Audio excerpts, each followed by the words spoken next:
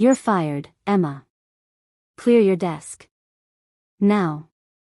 Derek's voice cuts through the sterile conference room like a blade, his cold eyes never leaving Emma Martinez's face as she stares at the termination papers in shock.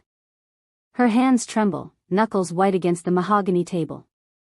This is the story of how a homeless man I helped turned out to own the company that destroyed my life, and what happened when he decided to get revenge for both of us. Welcome to Ink and Whispered Stories. Don't forget to hit the subscribe button to get more stories like this. Emma's throat constricts as she reads the lies printed in corporate font. Performance issues? I just saved this company $2 million with the Morrison account. My code reduced your server costs by 40%. The decision is final, Derek sneers, straightening his expensive tie. You have 1 hour. Security is waiting. Linda Walsh from HR shifts uncomfortably, avoiding Emma's desperate gaze.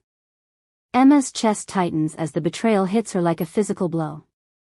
3 years of her life, poured into this company, evaporated in 10 minutes because she dared to report Derek's decision to ignore critical security vulnerabilities. If you're already hooked by this insane revenge story, hit that subscribe button because what happens next will blow your mind, and you won't believe how this homeless man destroys everyone who wronged her. As Emma packs her belongings into a cardboard box, her former colleagues scatter like roaches when lights turn on. Sarah from accounting suddenly finds her computer screen fascinating. Mike from marketing pretends his phone is ringing. Only James from IT gives her a sympathetic nod, mouthing, "I'm sorry," before Derek's glare sends him scurrying away. Good luck finding another job with the reference I'll be giving, Derek whispers as security escorts Emma past the gleaming Sterling Tech logo. Her reflection in the polished floor looks broken, defeated. 3 months later, Emma hurries past that same building, her professional blazers replaced by worn jeans and a coffee shop uniform. Her savings account shows $37. Rejection emails fill her laptop. The tech industry has blacklisted her, Derek's poison spreading through their professional network like a virus. Outside Sterling Tech sits an elderly homeless man with kind eyes and a gray beard, holding a cardboard sign, "Veteran. Hungry. God bless." Emma stops, her heart clenching. She has $12 until her next unemployment check. Without hesitation, she pulls out $10. For food only, okay, she says gently, crouching down to meet his eyes. The man looks up, genuinely surprised by her kindness. "Thank you, miss. God bless you. What's your name?" "Robert." His voice carries education beneath the roughness. "And you?" "Emma. I used to work here." She glances up at the building with pain etched across her features. What Emma doesn't know is that Robert Sterling, the homeless man she just helped, built Sterling Tech from nothing 25 years ago. He's been living on these streets for 6 months, conducting the most important experiment of his life, testing the true character of his employees when they think no one important is watching. Over the following weeks, Emma makes helping Robert her daily ritual. Working part-time at a coffee shop barely covering rent, she still saves food for him. Every morning, she brings leftover sandwiches, hot coffee on cold days, sharing her umbrella during rain. "Tell me about yourself, Emma," Robert says one Tuesday, his intelligent eyes studying her face. "What did you do in that big building?" "Software engineering. I thought I'd found my home there." Her voice breaks. "Until they decided I was expendable." Robert listens intently as Emma shares her story, every detail burning into his memory. But he's also watching his employees, documenting their cruelty with growing rage. Derek and Linda walk past daily, their conversations loud enough for Robert to hear. "Disgusting," Derek mutters, staring at Robert with disgust. "Why don't these people just get jobs? Probably spending money on drugs anyway." Linda laughs, her voice sharp. "Should call the cops to move him. He's bad for our company image." Sarah from accounting recoils when Robert asks for spare change. Don't touch me," she snaps, clutching her designer purse. "Get a job, loser." Mike from marketing deliberately steps on Robert's scattered coins when wind knocks over his cup. Oops, he smirks, grinding the quarters into the pavement. But Robert also witnesses Emma's consistent kindness. She treats him with dignity when no one else will, listening to his stories, remembering his preferences, seeing him as human when his own executives see garbage. Like this video if you think Emma deserves justice, and comment below what you would do to Derek if you were the boss, because this confrontation is about to get absolutely brutal. One evening, Emma notices Robert reading the Wall Street Journal, his finger tracing complex financial articles with obvious understanding. "You read the financial section?" she asks, surprised. Robert quickly folds the paper, his body language shifting. "Just keeping up with things." Emma sits beside him on the bench, studying his face. Something doesn't add up. His vocabulary, his posture when he thinks she's not looking, the way he analyzes her stories about corporate politics with insider knowledge. "Robert, what's your real story?" she asks softly. Robert's hands tremble slightly as he sets down the newspaper. This woman has shown him more genuine kindness in 3 months than his own board of directors has shown in years. Her question hangs in the air like a challenge. "Emma," he says slowly, his voice changing from defeated to quietly powerful, "what would you say if I told you I could help you get justice?" "What do you mean?"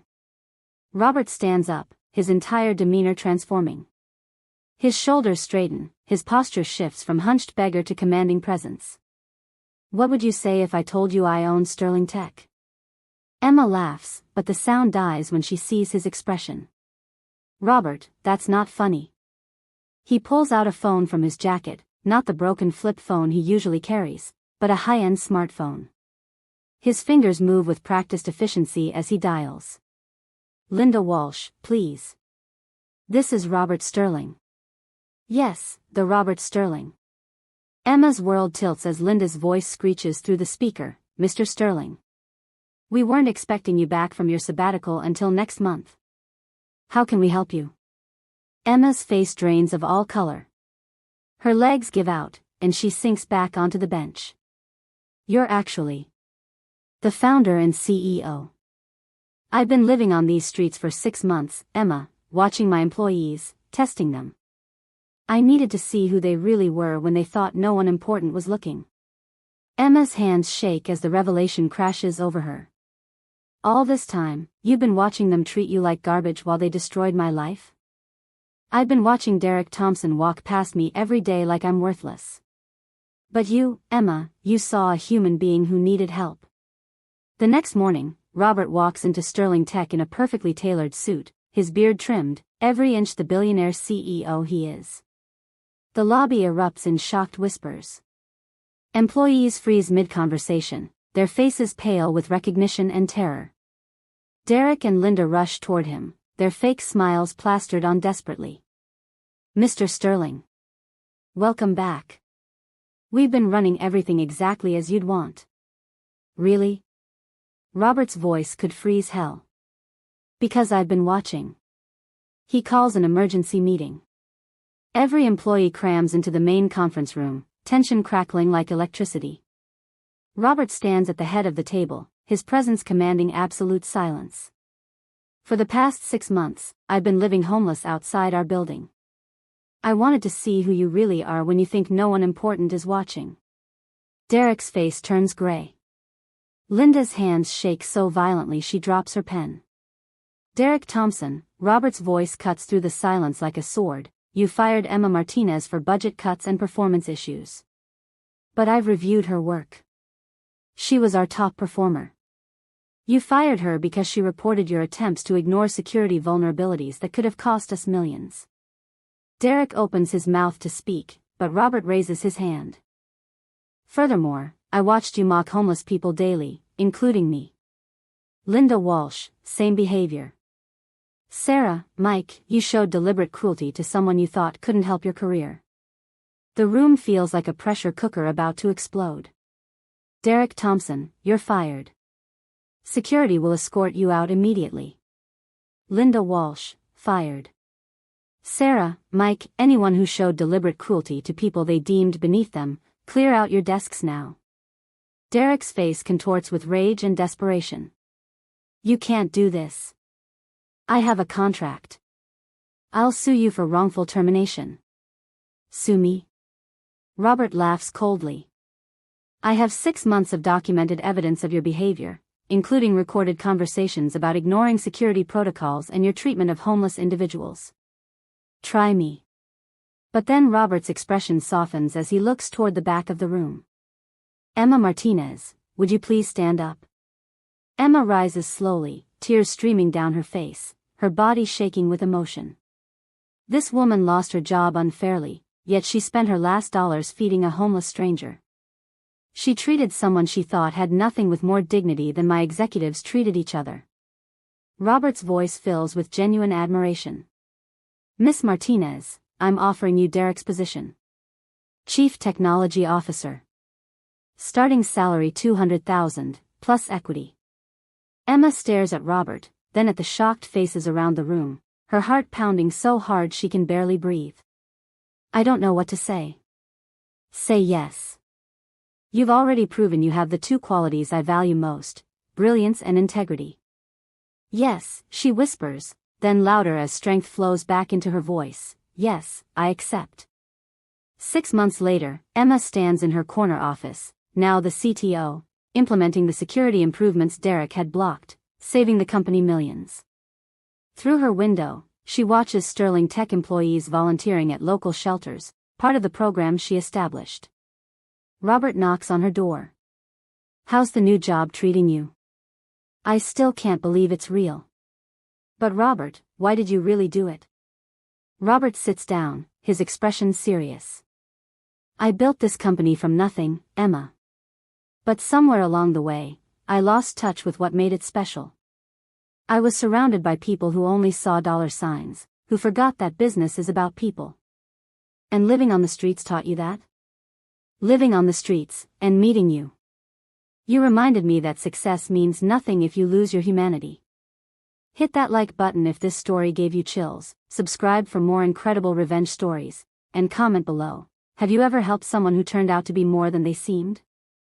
Because sometimes the people we help when they have nothing turn out to be the ones who can give us everything.